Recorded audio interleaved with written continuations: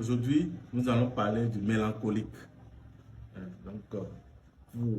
Je ne voudrais pas trop revenir sur ça. Donc, allez voir les vidéos précédentes si vous voulez en savoir beaucoup plus sur le tempérament colérique et le tempérament sanguin. Vous allez le voir dans les vidéos précédentes. Alors, qu'est-ce qui caractérise le mélancolique?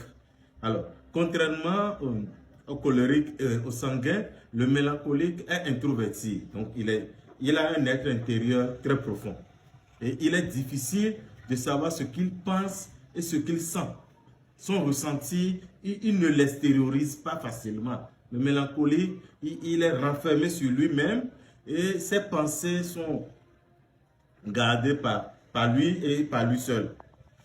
Alors, il a confiance dans le raisonnement analytique. C'est un grand analyste. Donc, il fait parler la raison. Donc, son esprit inquisiteur lui donne l'habileté d'évaluer tous les aspects de chaque situation. Donc, c'est pourquoi il dit que c'est un grand analyste et il a un esprit inquisiteur.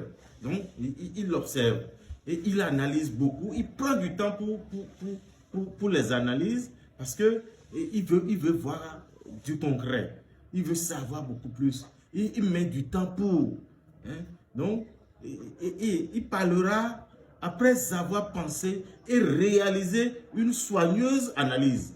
Tandis, sa devise, c'est la parole, elle est parole lorsqu'elle précède le silence. Donc, le mélancolique est comme ça et ce trait, il le partage avec le flegmatique. Dans une prochaine vidéo, je vous parlerai du flegmatique. Donc, et il parle après avoir pensé et réalisé une analyse soigneuse. Parce que le mélancolique n'aime pas regretter ses propos. Non, il n'aime pas regretter ses propos. Et donc, il peut manifester différents états d'âme qui vacillent entre le haut et le bas. Donc, c'est quelqu'un, tantôt il est là en haut, tantôt il est totalement en bas. Mais il s'accroche à ses pensées et à ses ressentis. Quand vous lui faites quelque chose, il peut analyser ça sur des jours parce qu'il est secondaire. Et c'est cet état secondaire qu'il partage avec le flegmatique. Parfois, il est renfermé, je l'ai dit déjà, il est renfermé sur lui-même. Il est déprimé et irrité. Donc, il s'irrite et il est irritable parce qu'il se pose beaucoup de questions. Quand quelque chose lui arrive, il se demande pourquoi ça? Pourquoi telle personne m'a fait ci? Pourquoi telle personne m'a fait ça? Et donc, il se pose plusieurs questions. Est-ce que c'est moi qui ai mal fait? Ou qu'est-ce qui s'est passé? À quel épisode de notre relation, de notre feuilleton amical ai-je manqué pour que cela m'arrive?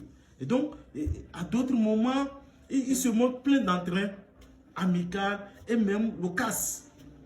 Mais des fois, le plus souvent, il est là, inamovible.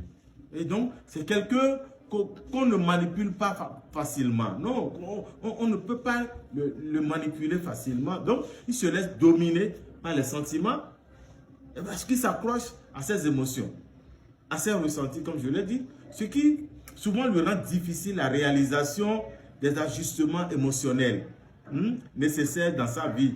Parce qu'il prend tellement du temps pour réfléchir et que des fois, il se confond dans ses émotions. Il se confond dans ses émotions. Il est perfectionniste.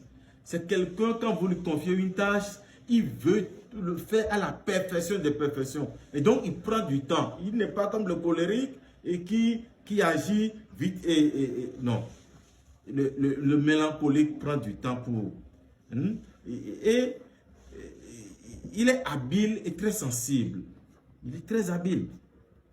Mais il est également sensible parce qu'il s'accroche à ses émotions et il lui est très difficile d'exprimer ses véritables sentiments parce qu'il se confond lui-même dans ses sentiments et il arrive des fois à ne pas parler parce qu'il ne comprend pas vraiment l'état d'âme qu'il a. Et donc, il est là, il se cherche. Et donc, le mélancolique est une personne réfléchie. Je l'ai dit au début qu'il pense, il s'accroche à sa pensée, il s'accroche à ses intuitions. L'intuition, comprenez que c'est la première intelligence de l'homme. Et donc, le mélancolique est une personne très réfléchie. Et c'est une personne posée. Il est très posé.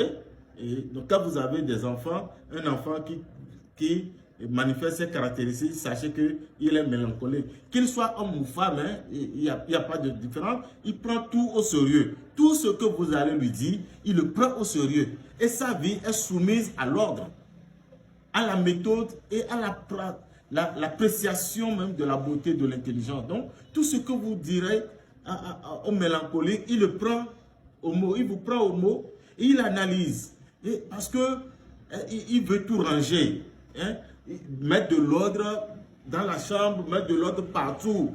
Donc, il est organisé. Quand vous vivez et quand vous êtes, vous envoyez des choses un peu partout, il est dérangé. Et donc, c'est un homme qui aime l'ordre. Hein? Il aime la méthode et l'appréciation de la beauté et de l'intelligence. Et il ne se précipite pas à la recherche de réjouissance. Le mélancolique n'aime pas la fête. Non. Et ça dit quand vous avez un enfant mélancolique, tout le monde est là, content, joyeux, mais lui il est là dans son coin, il est réservé et il vous regarde faire. Et donc il est content des autres. C'est pas parce qu'il n'est pas content, mais il est content, mais lui il exprime sa joie autrement. Donc son silence est éloquent. Son silence parle plus fort que sa parole, mais il analyse comment il pourrait le mieux organiser sa vie. Et tout le temps, le mélancolique est là à réfléchir à sa vie, à voir comment il peut fonctionner pour que ses projets aboutissent. Donc, je voudrais ici faire le lien entre le mélancolique et le sanguin. Après, je ferai le lien un peu entre le mélancolique et le colérique. Donc, alors, ici, il faut dire que ce que mélancolique et sanguin se ressemblent beaucoup sur l'état d'âme, sur l'expression des émotions. Ils sont tous deux émotifs, oui, mais différents. Il y a l'un qui exprime l'émotion, il y a l'autre qui ne l'exprime pas, mais qui réfléchit l'émotion. Donc, le sanguin passe par des hauts et des bas qui durent 1 minute. Tandis que chez le mélancolique, lui, il passe par des hauts et des bas, mais qui durent, ça peut durer jusqu'à 1 mois. Parce qu'il est secondaire, tandis que le sanguin, lui, est primaire. Donc, les deux, ils passent par des émotions, des états d'âme, d'un état d'âme à un autre, mais le sanguin le passe plus rapidement, tandis que le mélancolique met du temps pour passer d'un état d'âme à un autre. Au niveau de colérique et du mélancolique, le colérique est ambitieux. Et on l'avait dit dans une précédente vidéo, il est ambitieux et il atteint normalement les objectifs qu'il s'est fixés. De la même manière, tandis que le sanguin, par exemple, il passe son temps à raconter des histoires et que le mélancolique passe le sien à réfléchir. Donc, vous voyez, les trois tempéraments ne sont pas les mêmes. Le colérique passe son temps à raconter. Il est ambitieux, il se fixe des objectifs pour les atteindre. Le sanguin, lui, qu'est-ce qu'il fait? Il raconte des histoires. Et le mélancolique, lui, il passe tout son temps à réfléchir, à penser, à concevoir. C'est un concepteur. C'est des gens de laboratoire.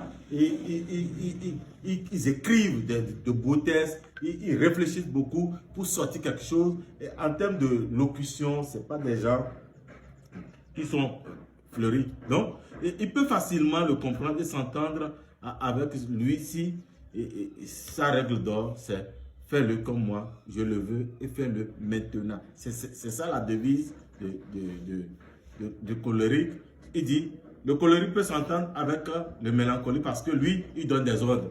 Et le mélancolique, lui, il reçoit des ordres et il réfléchit pour mettre ces ordres-là en actualité, mettre ces ordres-là en action. Donc, c'est ce qui fait que le colérique et le mélancolique peuvent fonctionner ensemble, vivre ensemble. Et c'est important de savoir la complémentarité qui existe entre les tempéraments. Je vous remercie et que les bénédictions soient.